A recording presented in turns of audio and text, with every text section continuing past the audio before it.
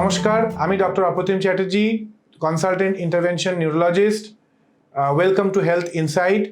আজকের এই ভিডিওটি আরেকটি কমন স্ট্রোকের প্রশ্নের উত্তরের জন্য।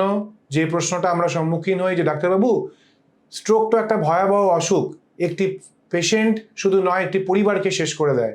তো আমরা সাধারণ রোগী যারা এখনো স্ট্রোকের সম্মুখীন হইনি বা যারা সাধারণ মানুষ, তারা কিভাবে এই ভয়াবহ অসুখটি থেকে মুক্তি পেতে পারি, বা so call prevention is better then cure, তাহলে প্রিভেন্ট কিভাবে করতে পারি? তো এর খুব সহজ উত্তর হচ্ছে, আপনারা প্রথম কথা, আমরা দুটো জিনিস ভাবে ভাগ করি রিস্ক ফ্যাক্টর অফ স্ট্রোক। এক হচ্ছে যে যেটা জেনেটিক, মানে যেটা নিয়ে আমরা জন্মাই, আর একটা হচ্ছে যেটা অ্যাকোয়ার্ড, মানে আমরা যেগুলো আমাদের জীবদ্দশায় অর্জন করি। আমরা সবসময় অ্যাকোয়ার্ড রিস্ক ফ্যাক্টরসগুলোর ওপর বেশি ধ্যান দেব বা বেশি খেয়াল রাখবো, কারণ এইগুলো আমরা প্রিভেন্ট করতে পারবো। যেগুলো নিয়ে আমরা জন্মাই সেগুলো আমরা কখনোই প্রিভেন্ট করতে পারি না। যেমন ফ্যামিলিতে যদি দুইজনের বেশি ফার্স্ট ডিগ্রি রিলেটিভ, অতএব মা বাবা ভাই বোন এইরকম রিলেটিভদের বেশি স্ট্রোক থাকে, সেই পেশেন্টদের বা সেই ফ্যামিলি মেম্বারসদের স্ট্রোক হওয়ার সম্ভাবনা স্বাভাবিকের থেকে অনেক গুণ বেশি হয়। এই পেশেন্টদের, এই ফ্যামিলি মেম্বারসদের অনেক বেশি স্ক্রিনিং করা দরকার। কি কি স্ক্রিনিং করা দরকার? এই অ্যাকোয়ার্ড রিস্ক ফ্যাক্টরসগুলো যেগুলো অর্জন করছেন, যেমন আপনার সুগার আসছে কিনা, আপনার ব্লাড প্রেশার মাঝে মধ্যে চেক করানো ডাক্তারকে দিয়ে, আপনার লবণের মাত্রা খাবারে সেটা একটা নির্দিষ্ট সীমাবদ্ধতায় রাখা, আপনি যে কোনো ফাস্ট ফুড বা খুব মানে ধরুন হঠাৎ করে হাই ক্যালোরি ডায়েট নিচ্ছেন, সেইটা একটু রেস্ট্রিকশনে রাখা। খুব সহজ উপায় হচ্ছে দিনের মধ্যে 20 মিনিট ঘাম ঝরিয়ে হাঁটা, অ্যাটলিস্ট সপ্তাহে 3 থেকে 4 দিন, এবং একটা হেলদি অ্যাক্টিভ এক্সারসাইজ। আমরা বলি যে সিডেন্টারি লাইফস্টাইলটাকে অ্যাভয়েড করা।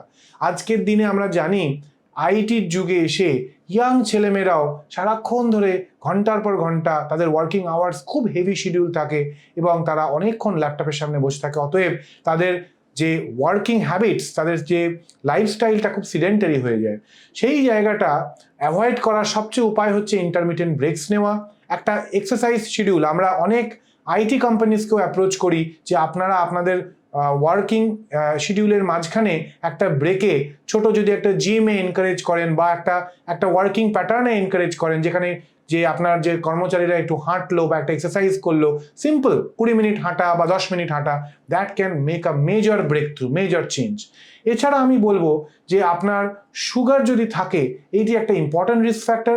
আপনি সুগারটাকে কন্ট্রোল করতে পারেন এবং রেগুলার চেক আপ করুন। সবচেয়ে ইম্পর্ট্যান্ট হচ্ছে কিছু নেশা, যেমন স্মোকিং, যেমন অ্যালকোহল। স্মোকিং বিশেষ করে আপনার রক্তের নালীকে, সেটা হার্টের, সেটা ব্রেনের, সেটা শরীরের সব জায়গায় ভীষণভাবে কমজোর করে, এবং ঠিক যেমন একটা পাইপ মরচে পড়ে যায়, রক্তের নালী যারা স্মোকিং করে তাদের মরচে পড়া পাইপের মতন ভেতরে চর্বি জমা শুরু হয় এবং আর্টারিটাকেও ভঙ্গুর করে এবং আর্টারিটা মাঝখানে বন্ধ হয়ে যায়। এরম রোগীর স্ট্রোক হওয়ার সম্ভাবনা শুধু প্রবল থাকে তাই নয়, এদের স্ট্রোকের চিকিৎসা করার পরেও খুব ভালো রেসপন্স নাও আসতে পারে। সুতরাং স্মোকিং খুব কমনলি আমরা অ্যাভয়েড করতে পারি। আমরা যদি আজকে তাকিয়ে দেখি, খুব কমনলি একটা স্মোকিং এর শিফট হয়েছে। আমরা আগে এল্ডারলি বা একটা পার্টিকুলার জেন্ডারে স্মোকিং বেশি দেখতাম, এখন কিন্তু দুটো জেন্ডারেই স্মোকিং সমানভাবে দেখা যায় এবং ইয়াং জেনারেশনেও খুব বেশিভাবে এটার প্রকোপ দেখা যাচ্ছে। এইটা যদি অ্যাভয়েড করা যায়, আমরা অনেক হারে স্ট্রোক এবং স্ট্রোকের ট্রিটমেন্টকে বেটার করতে পারবো। মোটামুটি এই প্রিভেন্টিভ লাইফস্টাইলগুলো ফলো করলে, এবং সবচেয়ে ইম্পর্ট্যান্ট হচ্ছে স্ট্রেস ফ্রি, যেটা একটা অবাস্তব কথা, কারণ আজকের দিনে দাঁড়িয়ে আপনি এবং আপনার পরিবারকে স্ট্রেস মুক্ত রাখবেন এটা প্রায় প্র্যাকটিক্যালি ইম্পসিবল। হ্যাঁ, যেটা করতে পারেন ইন্টারমিটেন্ট ব্রেকস নেওয়া এবং হেলথকে কাজের থেকেও বেশি প্রায়োরিটি দেওয়া, কারণ যদি হেলথ না থাকে তাহলে আপনার কাজটিও থাকবে না। ধন্যবাদ।